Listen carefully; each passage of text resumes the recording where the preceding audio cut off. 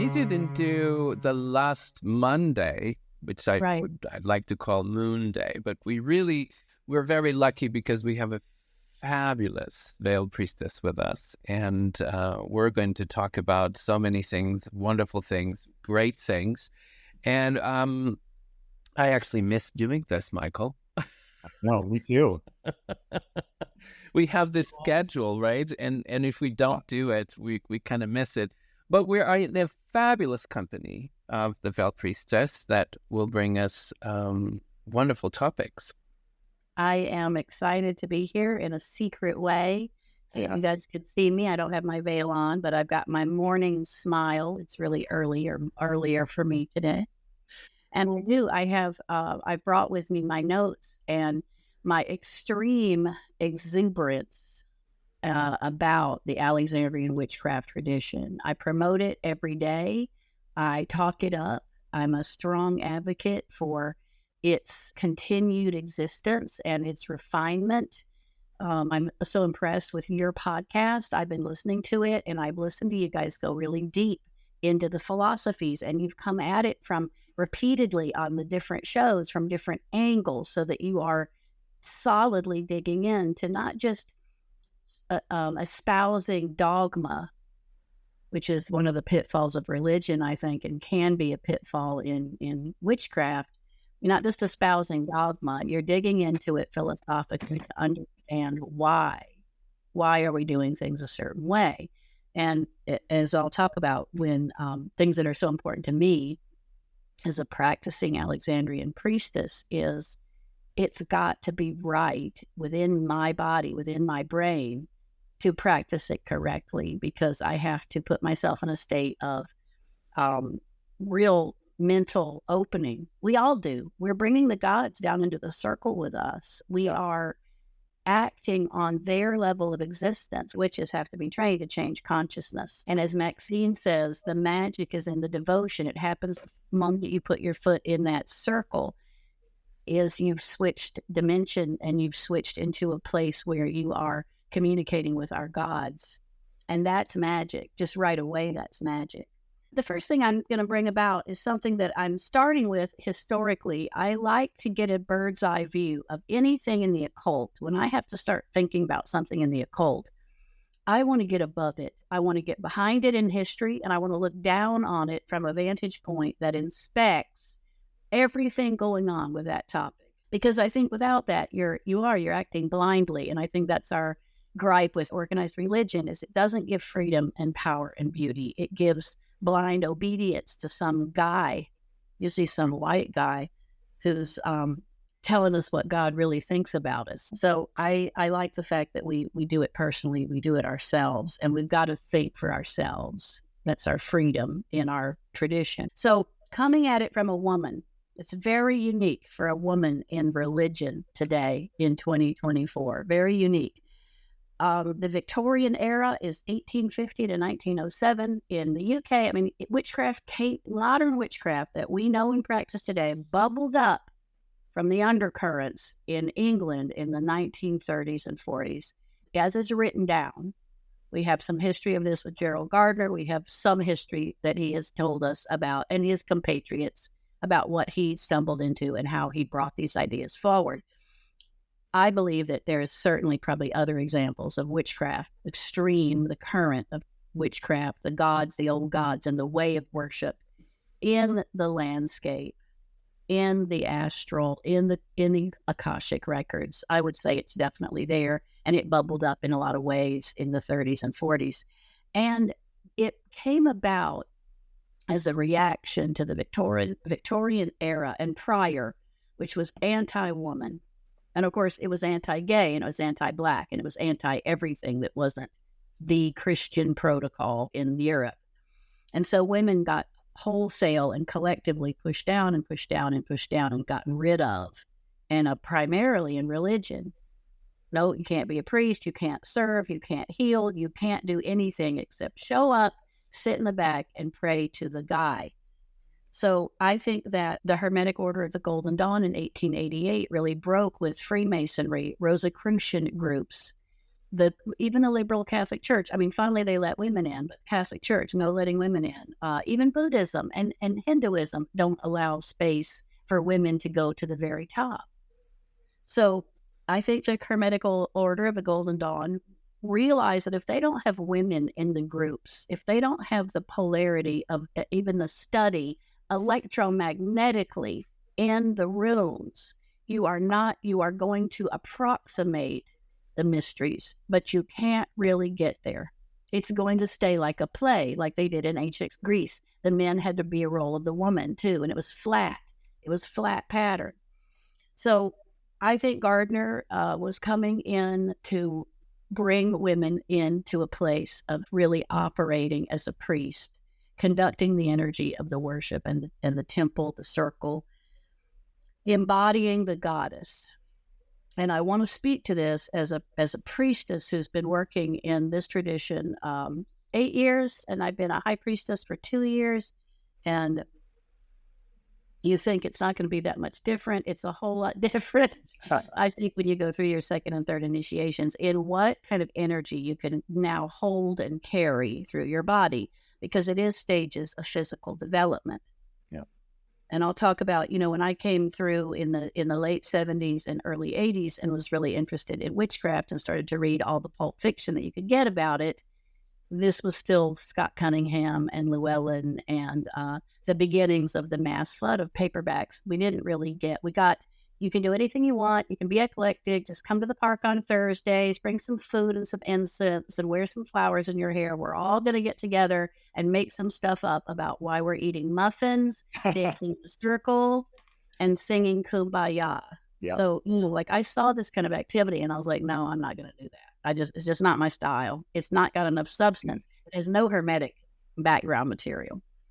So we come up, we're looking for occult tradition. We're looking for ways to worship and practice. And in the U.S., which is really different for us, we get exposed to Wicca, 1980s Wicca, which I think is so far removed from BTW, witchcraft, British traditional witchcraft. I don't even put them in the same boat anymore. One is a social party club, I think, with snacking and dancing. And the other one is a serious religious hermetic studies, doing the great work as an individual, BTW. And I can't speak for Gardnerian witchcraft because I'm obviously not an initiating Gardnerian, but I do see Gardnerians and Alexandrians more often because of my role.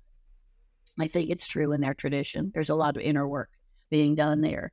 So for the woman, you come in, you're put in a position of great importance because you're going to be carrying the goddess in you to deliver her to your group. As a high priestess, you have a little bit more formality, which is I'm a little bit embarrassed by it, but now I just put my chin up in the air and stroll in and let everyone kind of nod to me and bow down a little bit. And I'm like, that's fine.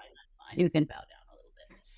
But you come in and you're just electric in a different way. And you really feel the gods hovering around at the altar, don't you? When you start to cast the circle, you've all done the hermetic work to see it together in our mind. We've brought the energy together very specifically to open portals to allow this to happen, the god and the goddess to come in. And so we've been seeing the god come into the priest for the last 2,000 years, and I'm sure that's what happens. And I know you both know it's such a distinct occurrence, and the priestess looking across, it's eye contact. It's not sexuality. It's not the nudity. That's not really the point. It's soul to soul. You make that eye contact with your priest across that little bit of space, and he's in there. The god is there. Then the goddess comes into you, and through both of these sets of eyes, you are dancing. You are intertwined with your correct polarity, which is the ground of fertility. In our system, on Earth, this is what we landed with. People say, why nature? I'm like, I don't know why. This is what we got. This is the nature seed. Exactly. But our decision, or the Alexandrian decision as a fertility cult, is to worship the principles of fertility, to promote fertility, health, progress on the ground for the people, the animals, and the plants. I think we're more inclusionary environmentally because of that connection too.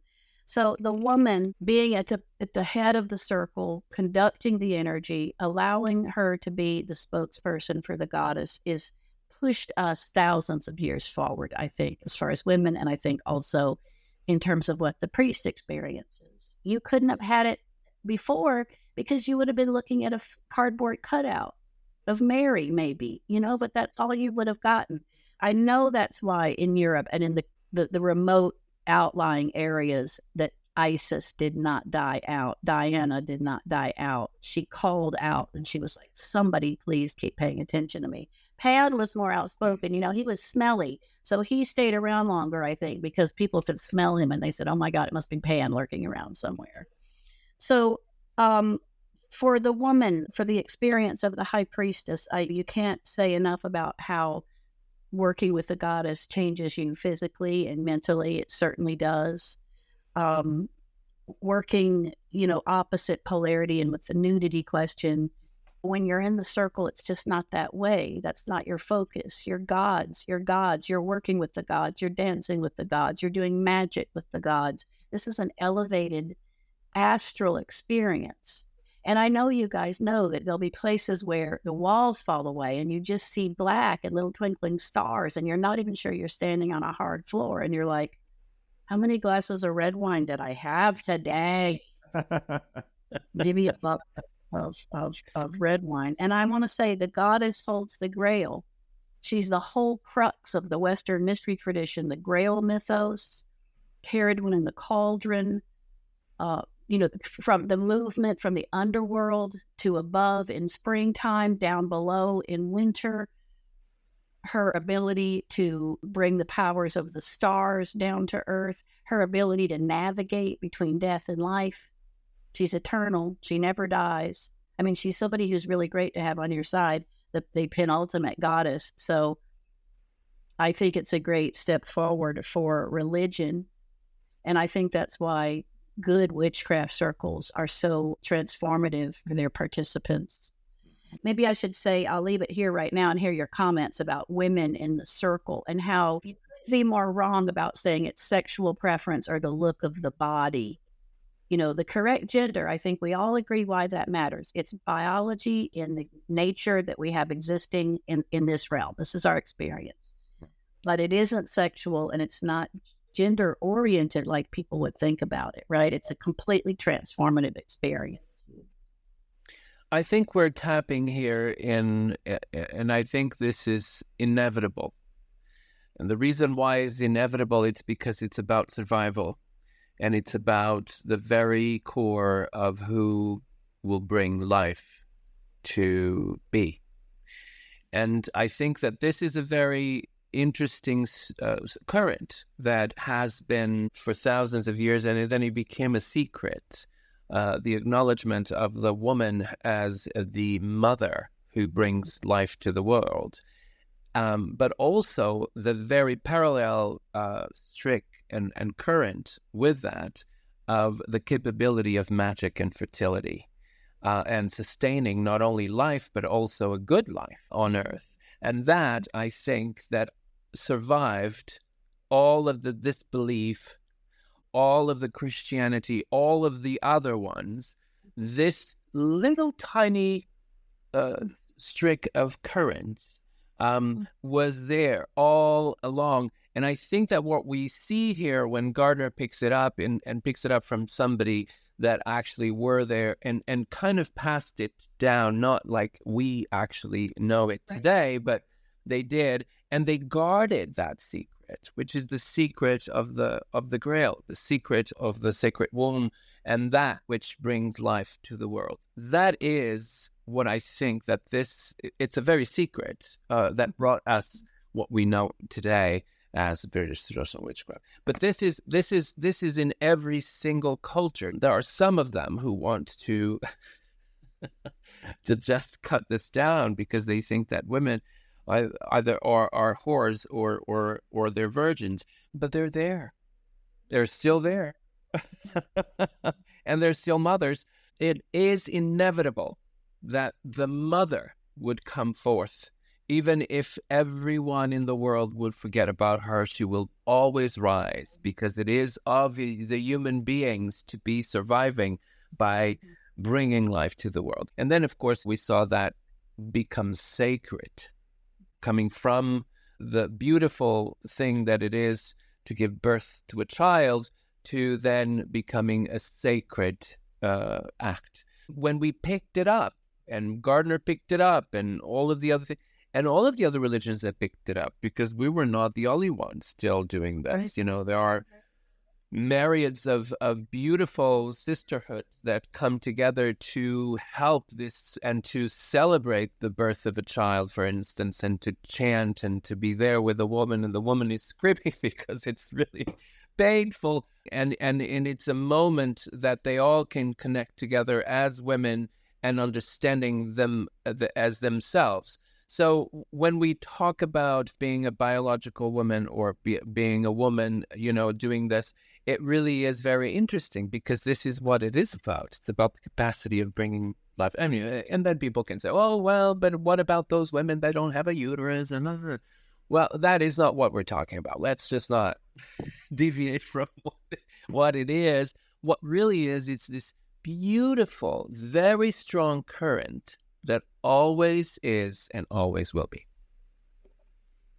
I think, yeah, it could not be more correct in terms of, you know, Christianity and sort of the deadness of the ritual because of the lack of the female, because of the lack of the woman, and being that it's just wholly male, and everything goes through, right? Everything, as you said, everything goes through the priest. He's the one that has the knowledge. He's the one that has the magic.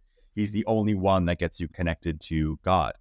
But, you know, with that being said, absolutely, the goddess keeps calling, because even in the Middle Ages, we have the rise of what's called, you know, the cult of the Virgin Mary. And we have this unprecedented worship in shrines and visions of Mary, because it is filling really a hole in Christianity. People are searching for the goddess, and she responds. But what happens is that gets suppressed by the church. They start closing down the shrines. They start discrediting the visions of the Virgin Mary as well. So absolutely, our polarity, our working with the sexes, is the basis of our magic and our fertility. And I love that you said too about like the electromagnetic, even just the electromagnetic energy of the body, of the female body, in that room raises that and brings the goddess forth. Well, we know that from the ways we're taught to do magic. Mm-hmm. A lot of it's built around the kinetics of the body and the power of the people together.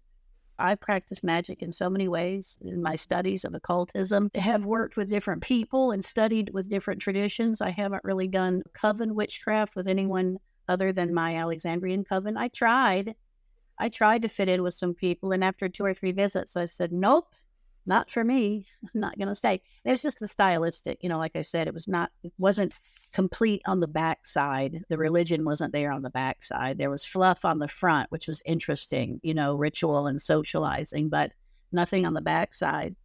And that's the next idea I really want to bring up, and why I'm so fascinated with Alexandrian witchcraft, and why I'm really devoted my life to promoting it at this point forward, because I know from talking to so many young seekers, young people and older people, but young seekers are unprecedented today, coming forward, looking for help, spiritual help. And they have a pile of people on TikTok and Instagram offering to give amazing advice.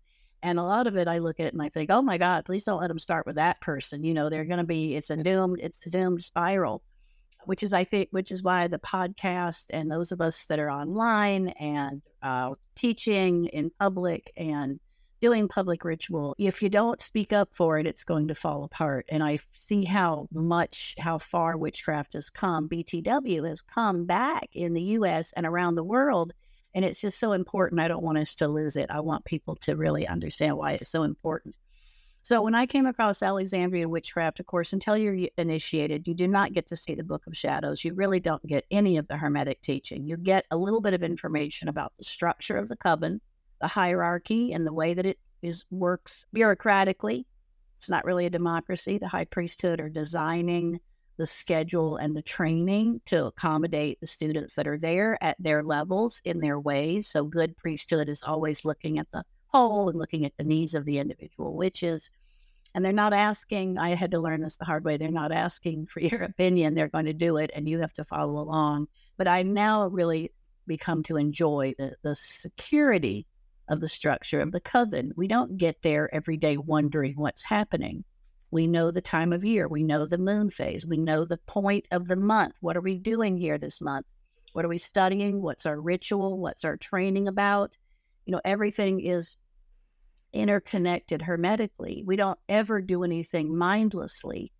The session before, my high priest and I are bringing up material that we're going to be dealing with usually over the next 3 months. And so we got people thinking first philosophically, intellectually. What's the power behind this time of year? Where's the god? Where's the goddess? What are they doing? What's happening on earth? What sequence are we in of our lives on earth? And so hermetic structure in the Alexandrian tradition, coming from Alex's, and I don't know him, obviously. I only know Maxine, but I know a lot of people who were studying in the early days, or I'm blessed and honored to know some of the people studying in the early days. Alex was a serious occult student before he even became interested in witchcraft. He was a magus for whatever book that he was putting the big picture together in the Western mystery tradition. He was looking at Agrippa, he was looking at Francis Barrett, he was looking at Paracelsus, he was looking at the material that was coming out about the Hermetic Order of the Golden Dawn. He used Franz Barden. It was a German Czechoslovakian Rosicrucian, but his material, his books that were published at that time, they were published in the 30s, I think. Alex got them. He said, this is a real tradition, a real good Hermetic Rosicrucian system. I'm going to start incorporating these things into our work. So I think because Alex was such a serious and well-rounded occultist that he questioned the Gardnerian material. And he was like, wonder why they're doing this. I wonder why this is the rule. I wonder why this is the style. And he thought about these things seriously. And you'll see in the kind of microscopic changes he made to ritual or philosophy were embedded in a concept that needed to be corrected or rejuvenated in the tradition, like purification, for instance. That's a day-long process for the witch. You don't get purified in one day. It's kind of like going to church one Sunday in 6 months and say, oh, I've been bad, but I'm here in church today, so now I'm going to be okay, right? I think we realize that if you don't work on yourself every day, you're not purified and you're not properly prepared. So we kind of tackle it in a different way, I think. So Alexandrian witchcraft comes with hermetic structure. It comes with a complete philosophy and cosmology. The stories of the gods are told to us. The story of the goddess and the god throughout the year cycle is told to us. How the world works is told to us. How witchcraft covens work together independently, but how they may know of each other and could come together sometimes for really important reasons. Stories about that in World War II, right? Covens coming together to fend off German attack. There is congruent coven ritual organized and prepared ahead of time with themes for the year. And there is organized worship and devotion to the god forms all year throughout their changing cycles. The Alexandrian witchcraft tradition teaches a complete method of magic.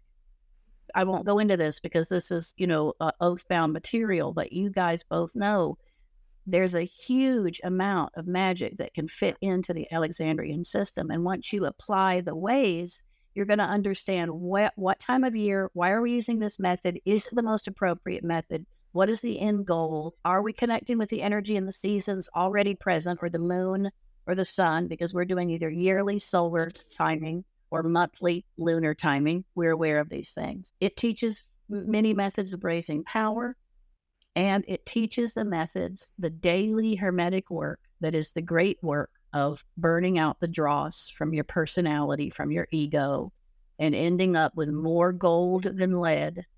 I don't think any of us are too smart enough to not say, I'm not all made of gold. I still got some chunks of brown lead down in there somewhere. But I know methods, and I have seen the practices work over years. I've seen them work on my fellow initiates, the practices, the study, the consistent showing up for ritual, working on yourself at home, working on your memorization, working on your words, all these things, your gestures, changing the power within yourself. So when you show up, you can immediately connect with the group and connect right into the purposes. So in the Western mystery tradition, this is a huge body of work. It starts in ancient Egypt. It goes through Greece and Rome.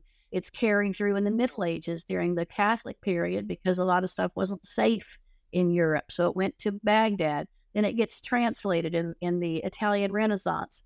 And it comes back into Europe. It gets translated back into Latin still, the Hermetic books, Kabbalah theory, traditional astrology, medicine, astronomy, and optics. I mean, all these things come back in, and they form the Western mystery tradition all over again from that underground stream, the Grail mythos. And so I just feel particularly Alexandrian witchcraft is a strong and correct representative of a way to practice the Western mystery tradition, to live a religion, to practice with your fellow humans and develop yourself. I just think it's a really solid way. And I also want to say that in our coven, we heal for others. You know, we're doing a lot of important work. I think important work. We heal for others. We're always doing magic for earth and nature. We always support the old gods of Europe, you know, because we know them. They're very much trickstery in a lot of ways. If you don't make your offerings or say the right things on the right days, boy, you stub your toe a little bit later on, don't you? They know how to do that. Well, we've got such a mix in the U.S. We've got the indigenous American Indian, which is thick. These people were here for thousands and thousands and thousands of years, probably hundreds of thousands. They say, archaeology says, oh, they've been here 13,000 years. They've been on the planet, and they've been here in this North America for hundreds of thousands of years. So that's impregnated here in the loci. But Alexandrian witchcraft doesn't obliterate that. It says these spirits are already here. You pay honor to them. You give them first offerings. Then we'll bring in our gods and layer them on top, and they're going to get along because we are making space for all of them. But I do think proper witchcraft does connect you to your local nature situation. Hopefully you can do some work outside and get off the beaten path and get where you can really hear and feel nature around you. It connects us to the underground stream in the Western mystery tradition. In the world today, there's so many schools, so many classes, so many books. Where do you start? What do you do? I really want to promote classic Alexandrian witchcraft. I think it's a wonderful, under good teachers. And as you guys have really gone into in great ways, the dialogue between inspecting a novice and a coven and the leaders, what happens in that space before someone actually asks for initiation and is accepted. That's a whole, it's hours of conversation, but finding good covens and good teachers. And then what I decided to do was try to become a really great teacher so I could help as many people as possible in my lifetime discover Alexandrian witchcraft and at least know thoroughly about it and know how great it is and know that it is maybe becoming more accessible. You guys think becoming a little more accessible? As I said to Michael, and we talked about this in previous episodes, we're experiencing at this moment almost like a stop in people coming in. It looks like there's not really a lot of people applying, or there's almost like a stagnation going on right now. And it's very interesting because I commented this with some initiates the other day. I think that we are seeing, or we are going to see, the next generation of witches are going to be the ones who are going to be born now. So we're going to be the elders that will actually teach them, but they are going to be born now. So I think that there are waves of people. Like I was born when Maxine began. Mm-hmm. In the London Coven, 1971. That was the generation of people that were really kind of interested in, like Michael, me, you, Ellie, all of these people. And then there is a couple of generations, nothing, and then there is another one that comes in, and there's another wave.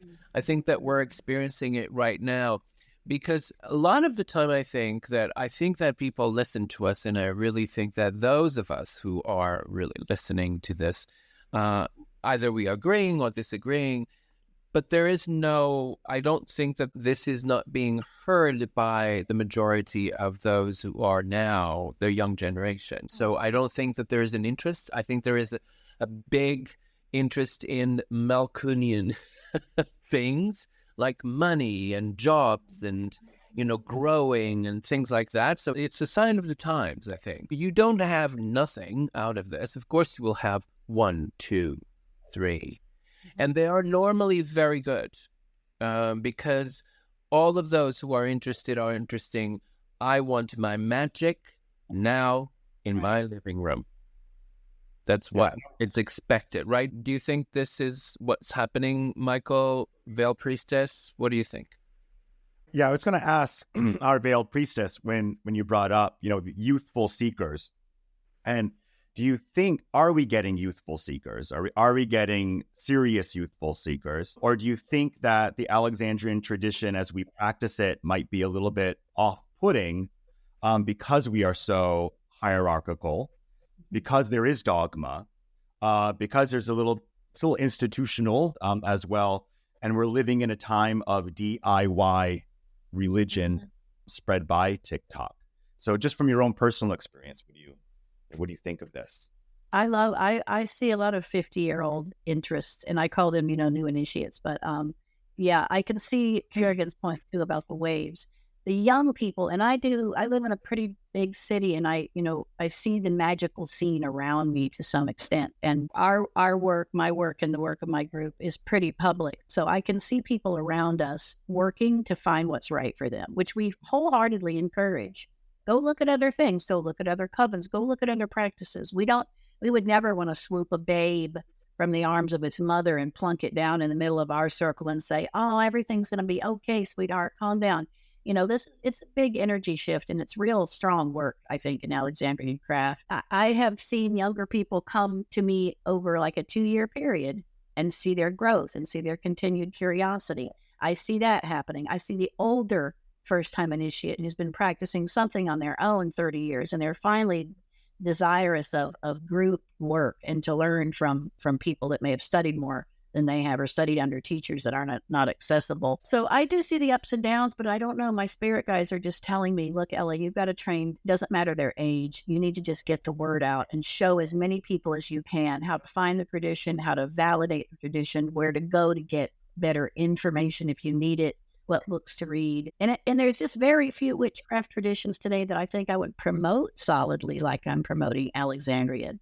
They're just a mess. They're all over the place, and they really just bring in pieces. They're more about personality cults, I think, today than, if you think about Maxine and Alex, as much as they were beautiful starlets, at the time that they were on TV a lot and in the public eye, they would never have cast the energy on themselves. They would have cast it on the gods. That's what they're doing there. And that's why they're there. And I just think that's true. I'm speaking for Maxine. I don't know if she can see this later and tell me in person, but whether I'm right or not. But, they weren't doing it for just themselves. They were really doing it for the gods. And I think you could see it in every silly little thing that they filmed together that was kind of crazy, at the time. I see a lot of people unfit. And that's okay too, because I can also give them a list of books that might help them personally get in better shape.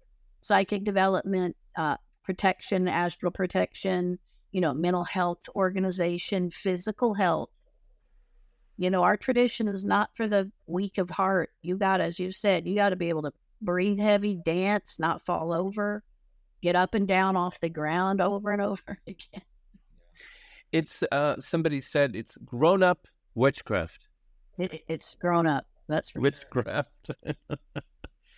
You don't feel the push to try to help teach more people? What about you, Michael? You're in the U.S. Are you showing more people about the tradition, or are you super private? I'm more super private. But what Kerrigan was talking about just in terms of seekers, so I have a public page and whatnot, but for seekers, I'm not getting a lot of seekers, honestly. Or the seekers that I do get are not prepared for the Alexandrian tradition, or maybe are just, will not wrestle with Franz Barden. So Right. it's when you're talking about, as Alex and Maxine are occultists, yeah, they're extremely well read, have wrestled with these works, which are uncomfortable, because you sit there and you'll read a paragraph and you're like, what the hell did this paragraph just say?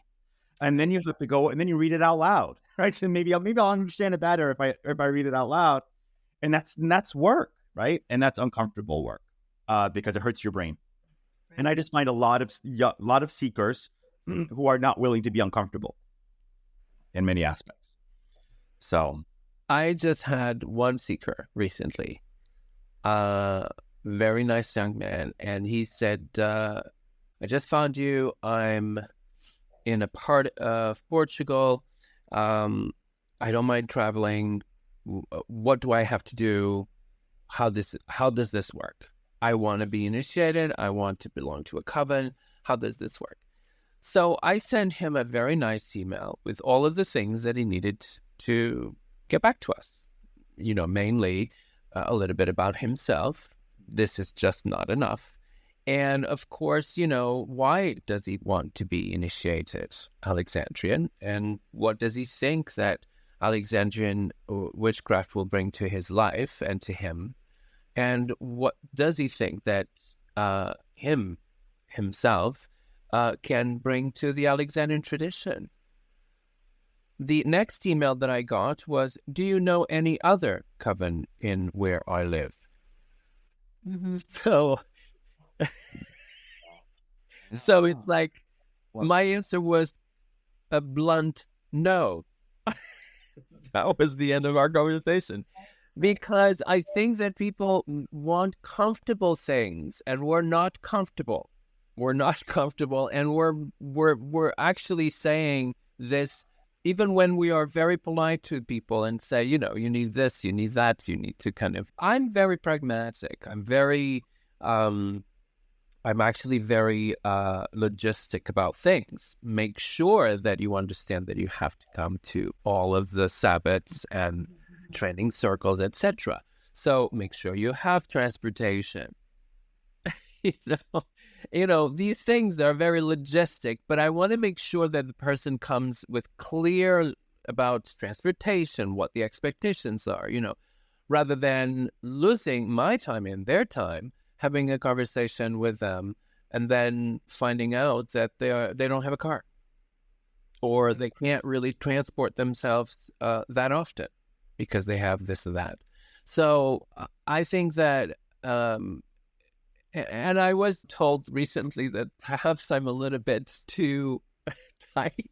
Too rigid. But I think that, isn't that what we want? We want people that really are clear about the expectations and how much of a dedication they have to the coven or the work, or if they want to really evolve spiritually and dedicated themselves to the tradition. This is not just a sidekick. This is not Sunday Mass. This is really serious. And if people are serious about their practice and what they want to do, they need to understand that this is work and needs frequency. You need to go there for a couple of times a month. So you need to go there. And sometimes people do this every week.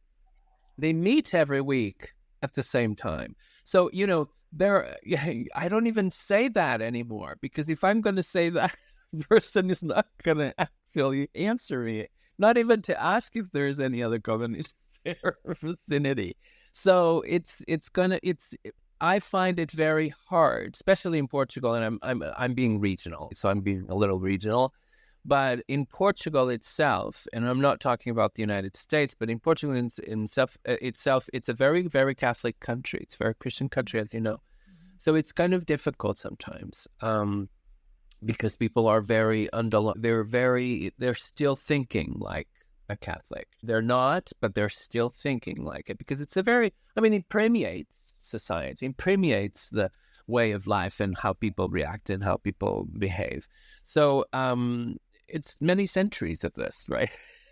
But I remember when I was searching for things, I remember that there was interest. There was interest. And now there's less.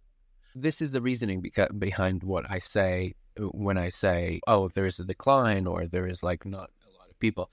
Of course, America is different, especially Salem, New Orleans, things like that, because people tend to go to Mecca. Yeah.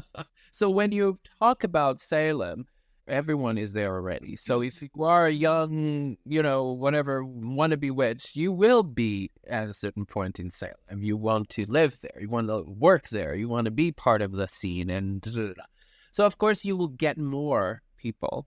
But globally, I'm not seeing a lot of people coming in. But ironically, it's like spirituality hasn't been more popular in terms of like, I own crystals and I have tons of decks of tarot cards, and but yet again, I see this sort of decline in an actual religious. It's becoming very immediate. It's becoming very now and right now and in my living room. You know what I mean? It's becoming very short, and I don't want to have a teacher.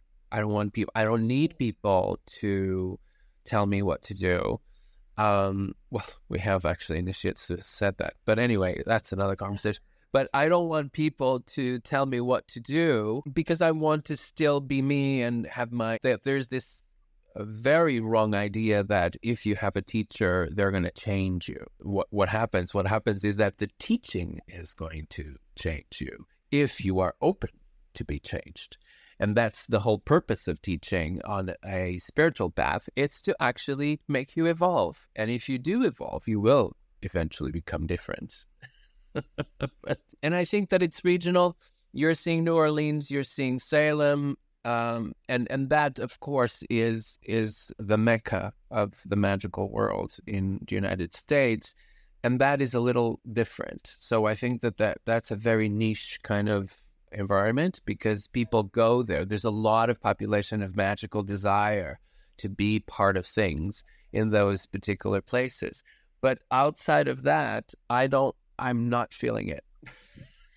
We get very few quality candidates. We do have more interest maybe, but we're still looking at this with the same high standards that you both are. And we know when you put in a person who's not well, doesn't really have their home hearth life taken care of, their health, their job, their mental health, their personal relationships.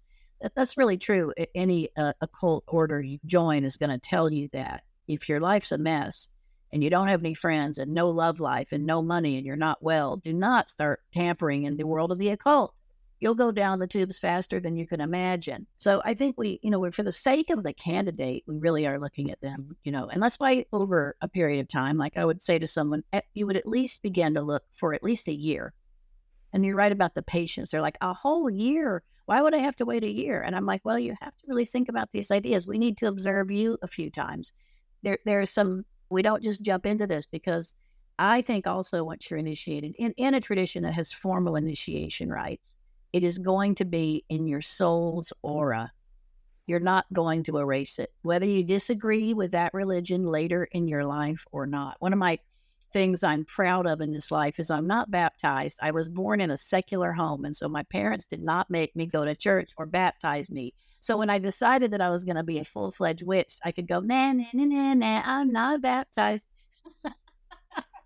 Because so many people have to start their witchcraft journey by renouncing Christianity before that. And I could say, no, I don't have to do that because my parents, their idea was you choose for yourself later when you're a little older. You can do whatever you want to spiritually, but we're not going to make you choose one. At this point in our practice, it's certainly for me, it's got to be about teaching the high quality system of Alexandrian witchcraft to as many people as come through my door. I really believe that because that way we're here if we need them. And my spirit guide years ago, somebody was asking me, how many spiritual teachers do we really need? And my guide, my oldest guide, said 1 spiritual teacher for every 100 humans. That's a lot of us. Yeah, that's a lot. Yeah, a lot of us. That's what we really need. So, and as you guys know, for being priests, you don't just show up for your coven. You're there for your community. You're a spokesperson. You're a healer. You're looking at the natural tides. You're collectively working with the other beings in your scape. You know, the earth beings, the tree beings, the water beings, the elementals, the god forms, the angelics that are there, all the ancestors that may live in your region. You know, we're really doing that work. Don't you guys think every week you're doing stuff that's community organized or community driven in your area? Well, I don't think that I am doing community work in terms of openly, oh, I am in the community and I am in front of a stall, or I'm doing something that it's publicly community work. I work with community every day, but they don't need to know that I am a witch. I do what I do because I am a human being. I happen to be a witch and I happen to be a priest. But I don't think that I'm doing it because I am a priest. I think that I'm doing it because I am. And the thing is this, when we come to witchcraft and when we come to the circle and we are initiated into the tradition, I really don't think that we are, of course we are priests and priestesses, but that's the office of the circle, isn't it? So when we actually act outside of it, outside of the circle, we act as ourselves. We are the priest and the priestess, but they don't need to know that. And sometimes, I don't know if it happened with you or not, but sometimes I have priests, Catholic priests or nuns, coming to me and really talk to me like I'm one of them. And then they stop talking at a certain point and they say, I'm sorry, what seminary have you gone to? What priest school did you? And I said, no, I'm not a priest. Oh, I'm sorry. I thought that you were a priest. No. So they do recognize it. They know. And people also know. Sometimes you have people that you just have to listen to them because they sit down. It's a wonderful work. But you do of listening. So I'm not really saying, oh, for instance, some people would go and they have a job in a shop or they have to do some work directly with the public, being a witch in that regard, in that particular environment. I don't, but what I do is outside and it's the world is my community. I think that's what we are mostly on, is because we are always on. There's no select community I think for me. I work for the world. I work for anyone, actually, really, that will require. And it could be somebody there that lost their girlfriend and are crying, or a woman that is, in need of being heard. It doesn't matter what it is. But I'm not going to say, oh, this is really good, because actually I'm a priest. You can tell me anything you want. I agree with you. I don't think it's about broadcasting that we're priests to the world, but this podcast is service in that way. You guys so this is sort of your week. We all know we've got chores to do and livings to earn and all that, but you're both giving up your time and energy to represent the tradition and make sure people have good information about it. I think that's tremendously useful, and that is the service. And I think that probably some of the best witches are the secret initiates who you really never know. They just seem to be at things and they seem to have this great aura, and you're like, wow, that person's so cool. And then they're disappeared, and then you're like, where do I know them from? And you're like, oh, past life. They're just kind of laying low right now. But they get a lot done. You'll just see us. I just think you'll see Alexandrian initiates getting a lot done for the world. I just think we take our lives seriously and are helping the world very seriously. Yes, I do think so. The thing that we are buzzing in our own group with conversation this week is our magical practice. So we know from Maxine that the first part of, the coming into the circle and constructing the sacred space and getting everybody doing the first parts of things is magic. Without being able to work on the astral, without conducting energy through the tools, without everyone visualizing the hermetic scene that is unfolding before us, we're all participating together, even though there may be one witch doing a particular job, we are all doing it together in our mind. And we will hold the ritual, which is going to be, if it's a major Sabbath, it's going to be part of the storyline that we're acting out throughout the year to give the group connection and knowledge of the patterns of nature. And in training circles, we're going to roll through the basic ritual structure to keep practicing our lines, our gestures, our words, our energy. But then we mostly switch into magical works after that part. We either will do teaching and training where we all sit and feast, but we have a lecture, or we are going to go right into magical work. And so we are trained, harm none. That's one of our standards. I think most witches would agree with that they've read any current books. But we all also recognize that we were heavily flavored by book paperbacks from 1980 to 2024 that we've all read. And they're so, they're all mingled in our brains today as witchcraft books I read in the 80s and 90s. But some of their influence is probably really strong in our conduct. And so a lot of us are kind of conservative magically, like we are really, it's got to be for good, it's got to heal, it's got to help. But we also know intellectually that how does one really decide with another person's will what's right for them? Even a healing, if they didn't specifically ask for healing and we decide we want to go help someone, how does anyone know that what we're doing is actually what's for the benefit of the cause? So we've been talking a lot about these ideas about what to choose for magic, how to choose it, how we bring ideas forward to the group, because we are a full-size coven and we've got people, we definitely heal with requests we just do that. Protection for the group and health for the group and prosperity for our group all year in certain places, because if we're not well and strong, obviously we're not going to do a good job running the coven or serving the community. So personal protection, personal help, personal success, healing for people outside our group, sometimes political work. We've felt pretty strongly in the U.S. that we're, religion and religious freedom are kind of under attack, maybe even more so, depending on what happens politically for us. So I think we would do some collective protect our freedoms work, support nature, that the bees are okay and there's still pollination going on. But I was going to ask you guys, most of our people are really fascinated by magic, and we would study on our own all types of magic. So we would bring these ideas into circle. We might talk about them as we're creating specific magical ritual using our methods, the Alexandrian methods.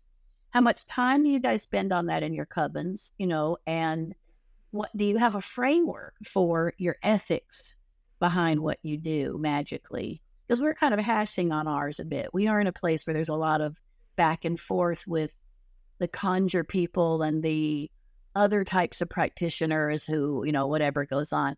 Usually that's not my style and I'm not aware. I can play blonde and say, what? Somebody cursed somebody? When did they do that? Oh, bless their heart. Poor things. They'll be all right next week. Don't worry about it. That's kind of my way. But it goes on a lot, and it just caused us to think more about how we decide and how much energy we're putting on magic and what kind of magic. So that's my question to you guys. I'm excited to hear what you're going to say. Well, thank you for bringing medical ethics into it. That was very nice of you, because it is very difficult to answer. Now, of course, we know in our coven, we are very lucky that we have a very magical group of people, and we do it when it's need to be done, and of course when it's asked. It's very hard to answer that, because the reason why I'm saying this, it's because nobody knows. Nobody knows if that person is sick, if they need to be sick, actually, in order for them to resolve some sort of karma or some sort of other things that we are unaware of. And unfortunately, we're still incarnate, so we can't really have an X-ray view on the karma of the person or the past life or whatever. And sometimes we do have a glimpse into the past life. But this is the thing, the decision of a group of people. No, this is even more interesting. A decision of a group helping somebody. My question is, what are the consequences to the group if that shouldn't be touched, right? So these are all of the things that come up to, but I think that we need to understand. I think Alex and Maxine work this many, many times. They needed to understand medically what was happening, how it was happening, why it was happening. Was it the first time? Is this a sequence of stuff? Is this a returning thing? Is this something that was healed and now returns again?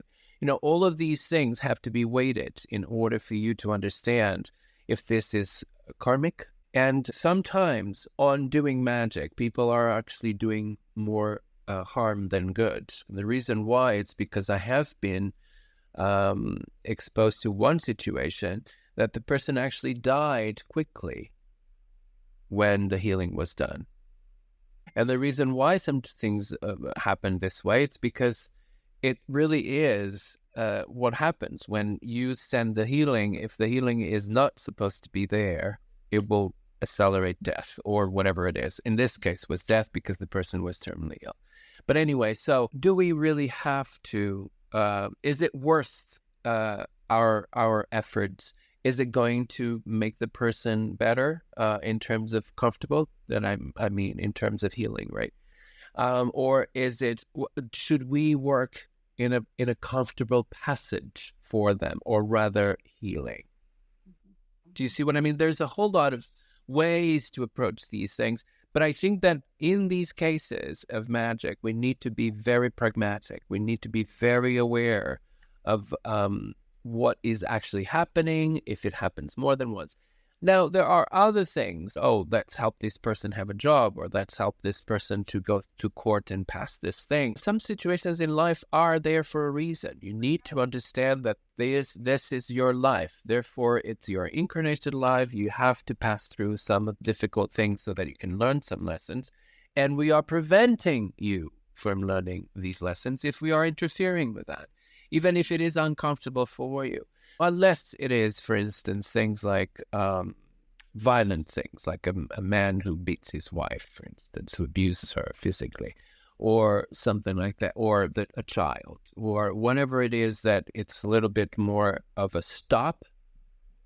All right, we'll get it, and this happened before. Let's stop it, rather than continuing allowing it to happen. So it's a little bit difficult to answer, as I said, because it's ethics. Do I save the child that it's my child, or do I save the two children that are not mine, but are two of them, and let my child die?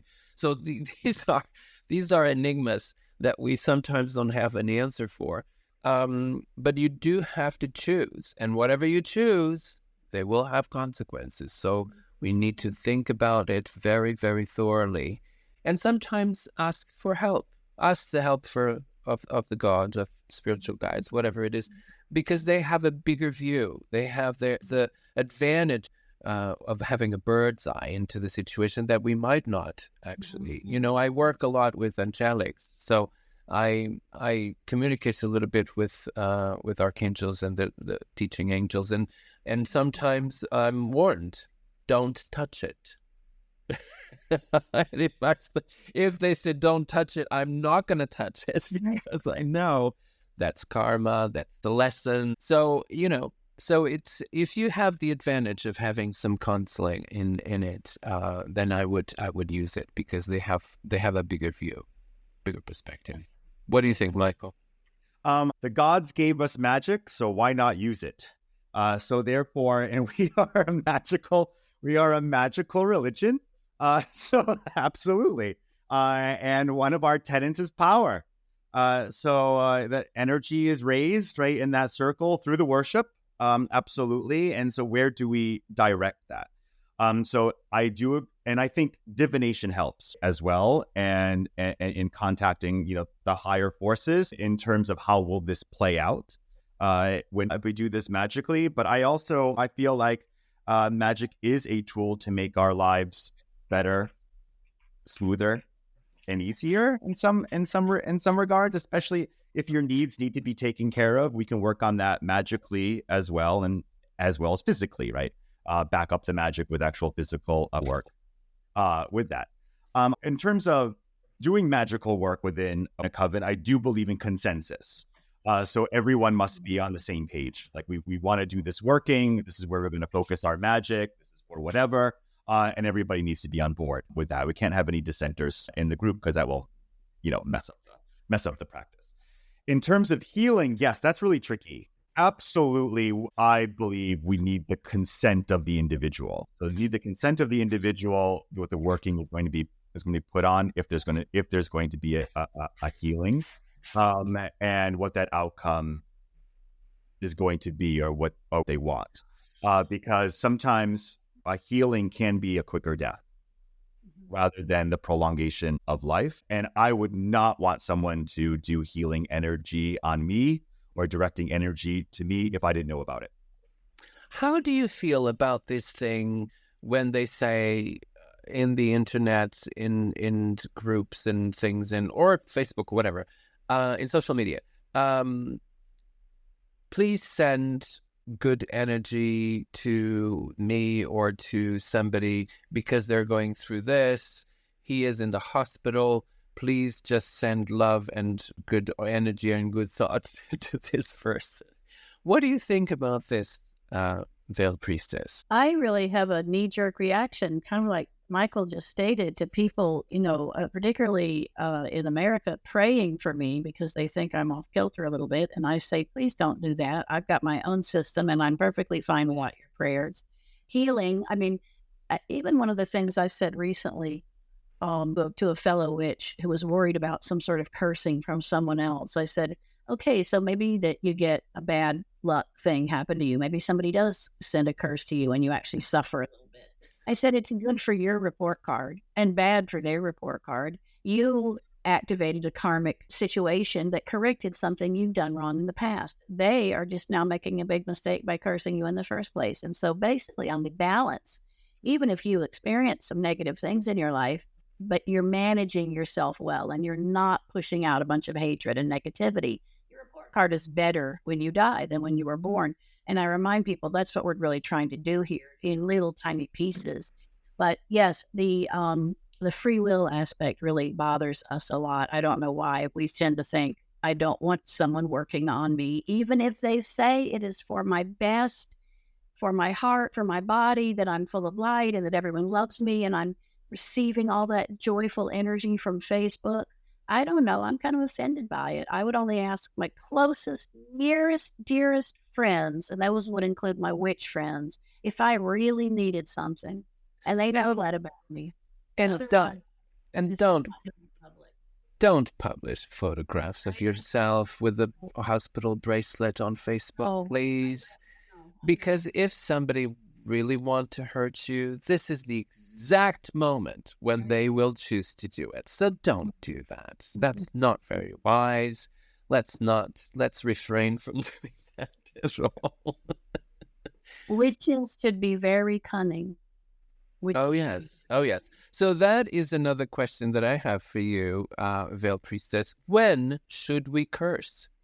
If we should curse? Well, we probably all three have at least one example of when we were younger, we got real mad about something and we cursed somebody and some shit went down.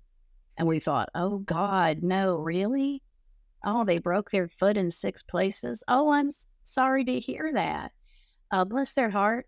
And then later, though, when you fall down and break your foot in 3 places, you're like, oh, I wonder if that's karmic retribution, So cursing, I think we've all done it. We probably historically have the feeling that it's crappy on the other end of it. And so if we want to help humanity, we're going to not curse. But and I have to answer this a lot too. When children are involved, animals are involved. Someone of mental health problems or even lower IQ is involved, and therefore there's a real solid victim situation. I certainly believe we can block, truncate, remove energy, turn another direction, get the problem far away.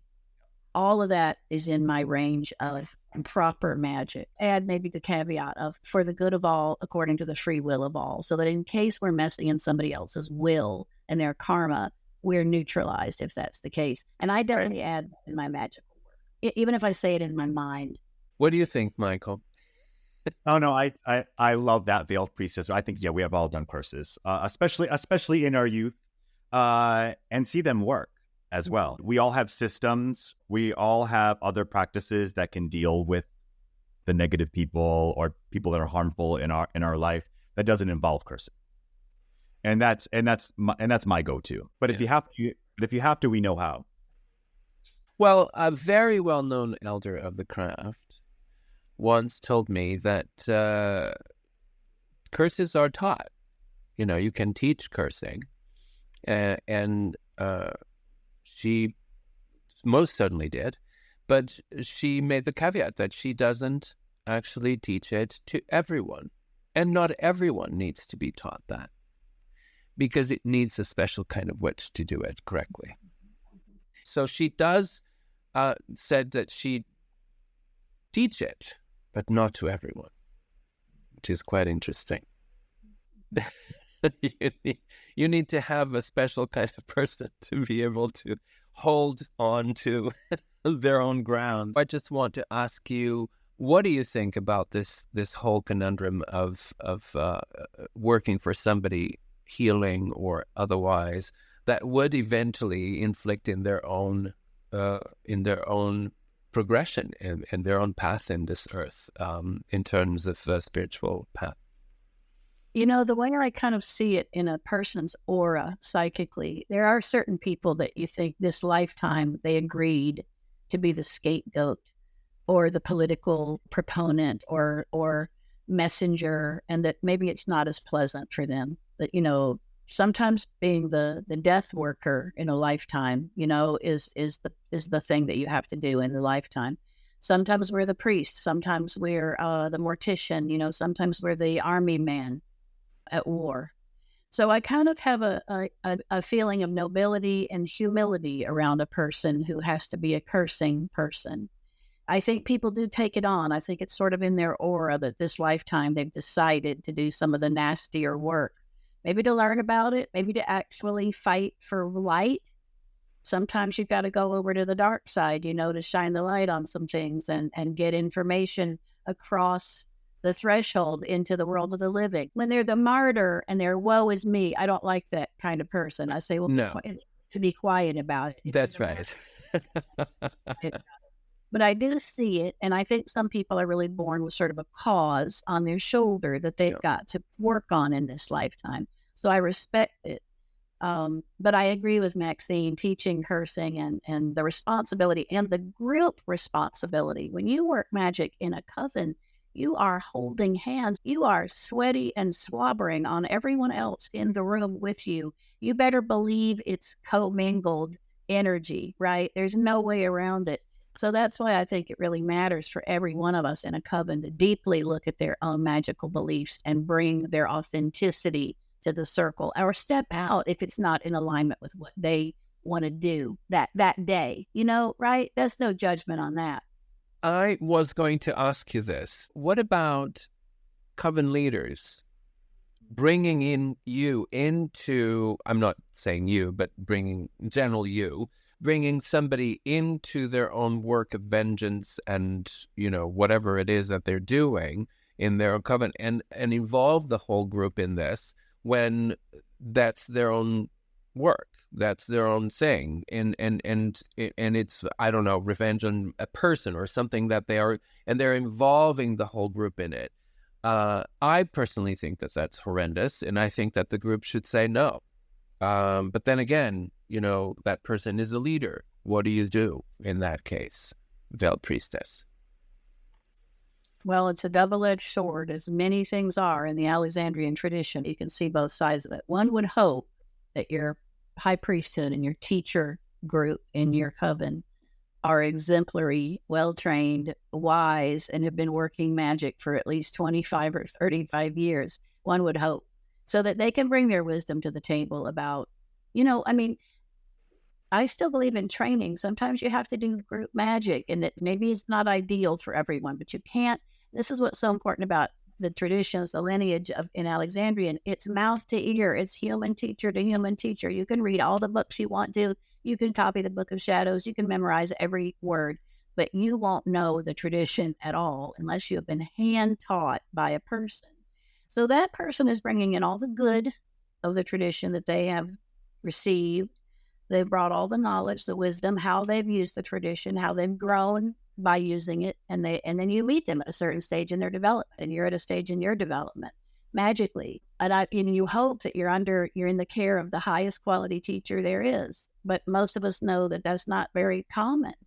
We're kind of a mixed bag as humans. Some parts of us are well developed, other parts of us are a shit show. So, bringing work to the group, that's why I think it's so important. Typically, I would think that we would, if it was questionable, if it was outside the, realm of like just healing for the planet or a safer storm season for everyone, these kind of things that we think are okay for everyone, that it would be brought to the table, discussed, and maybe refined. Sometimes there's emergencies and there's not a lot of time for that. And my coven meets often and regularly also. And sometimes we just have to roll up our sleeves and get in there and get some work done around us for whatever reason in our community.